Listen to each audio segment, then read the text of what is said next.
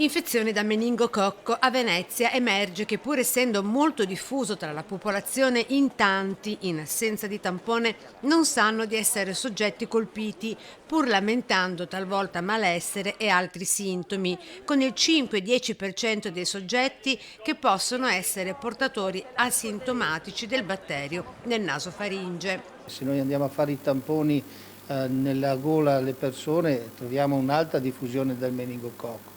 La situazione tuttavia non sembra destare particolare allarme né preoccupazione, visto che nel veneziano fortunatamente al momento non si sono verificati casi di malattia invasiva. A tutt'oggi nella nostra realtà non ci sono casi manifesti, quindi tutta questa attenzione noi ci stiamo ponendo attenzione alla vigilanza, ma non stiamo portando avanti nessuna operazione di contenimento. Però la possibilità che questo sviluppi malattia è molto ma molto bassa.